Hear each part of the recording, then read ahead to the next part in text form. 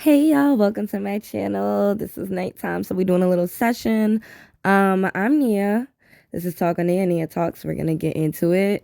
There's not gonna be me in this, it's just gonna be my voice, so I guess call it a podcast listen, but we're just gonna do it here. I wanna get these thoughts out, so let's get into it. Today I wanna talk about why on my channel I talk about black women so much.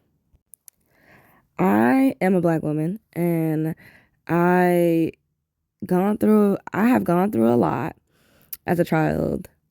Mainly, I would say once middle school hit, up until now, when it comes to dealing with the world and racism and my beauty and happiness and understanding me and not letting myself get whitewashed, basically, it's a lot. It's a lot. I really want this to be a safe space for women. I'm sorry, but I could care less about men. Like, when it comes to black women, you deserve a safe space where you can listen, you can hear a perspective that you definitely have dealt with. You feel okay with speaking about it. You feel okay to be in the comments.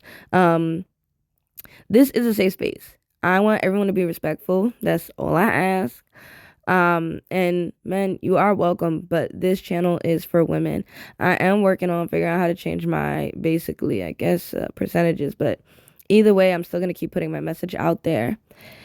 So it's odd for us. Like, we are growing up and going through a world that literally is trying to and does, tell us that our skin, our hair, and everything is terrible for society and terrible for ourselves.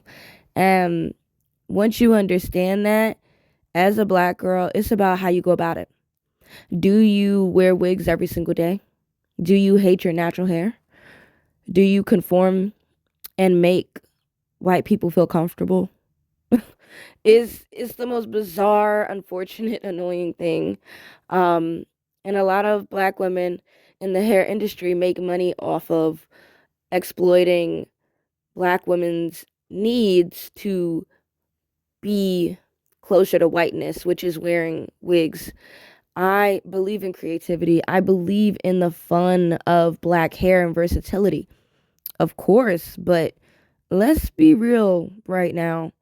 How many women do you know that are black that cannot show you their natural hair for their life because they feel it is ugly? They cannot and will not show you their natural hair because it's damaged. Heat, you know, Um, there's a straight natural thing I'm on the fence about. As I told y'all, a lot of girls that do the straight natural, all of a sudden their curl pattern is loose as ever. That I've never seen it that loose, and then the ends be straight as ever. So I don't really know if that is healthy. Um, it's a world where 4C hair is so golden and beautiful, but the majority of ignorant people here online, because they're ashamed of their hair, they will put you down or not even watch your content. I get that all the time. But I still put content out there because there's amazing people, amazing black women that deserve to hear what I have to say. They deserve to be appreciated. They deserve to feel happiness, beauty, safety, reality, protection, understanding. They deserve that. They do.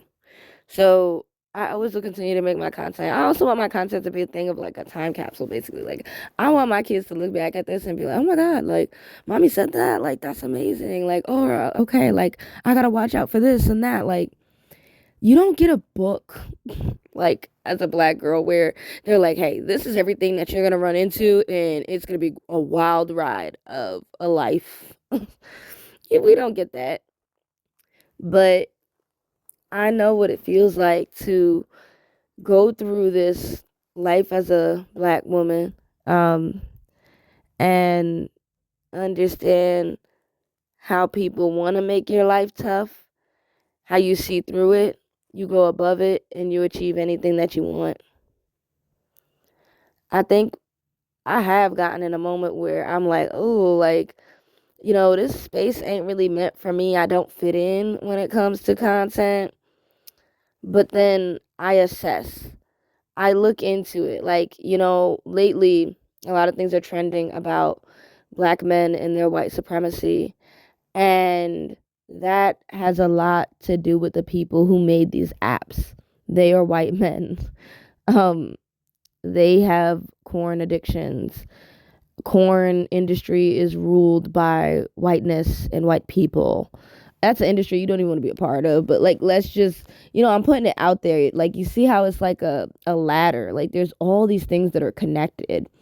It goes up the ladder. It's all connected, and it spirals down and affects who? Black women. Um, and we still keep pushing forward. We still keep getting our degrees. We still keep getting our jobs. You know, it's it's annoying to have to see the same situation happen over and over to black men, no matter how many times we warn them about dating outside your race because you don't like your skin, you don't like yourself. White people are telling you to dislike yourself. Um, but there's only so many times. So yes, I made my content for today, but well, yesterday, but moving forward, I am going to focus more on black women and the safety and beauty that you deserve and are. I definitely want to show examples of natural black beauty. Even when it comes to like freeform locks, like history, there's so much beauty in being black. And I think that I found that because of art. Like, I'm gonna say lucky.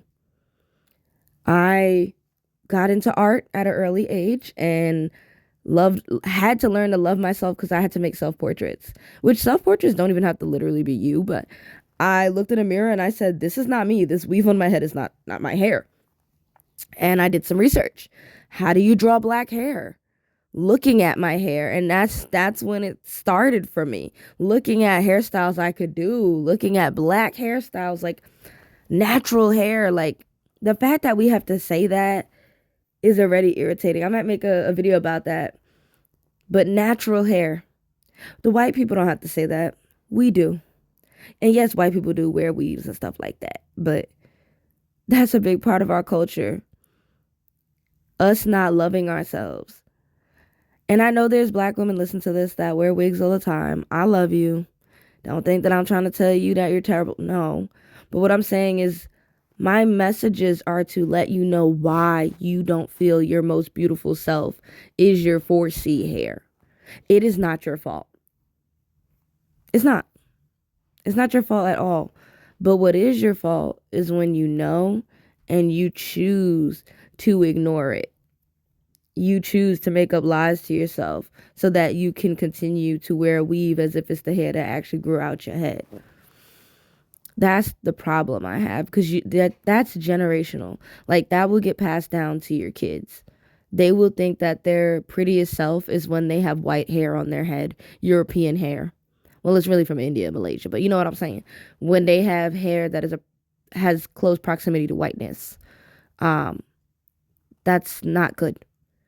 Like I said to y'all, my wedding day, I am wearing my natural hair. I am wearing my afro on my wedding day. That will be a statement, a staple statement. I am going to be so natural my wedding day because that means a lot to me. It does. It does. It really does. That's not something that many black women do. So I will do it. I will. And I will be the baddest beat. Let me stop. I I will. And I encourage other women to do so too. But anyways, that's just a little talk. I want to do more of these talks about being a black woman, growing up, experiences. I think I do have to start focusing more about how we get through them. The way I have got through it and always will is education, whether it's online or in school, people. Just becoming more informed and having more perspectives helped me maintain my blackness and me loving my African self. Like, just everything about me. But yeah, like, comment, subscribe. See y'all tomorrow.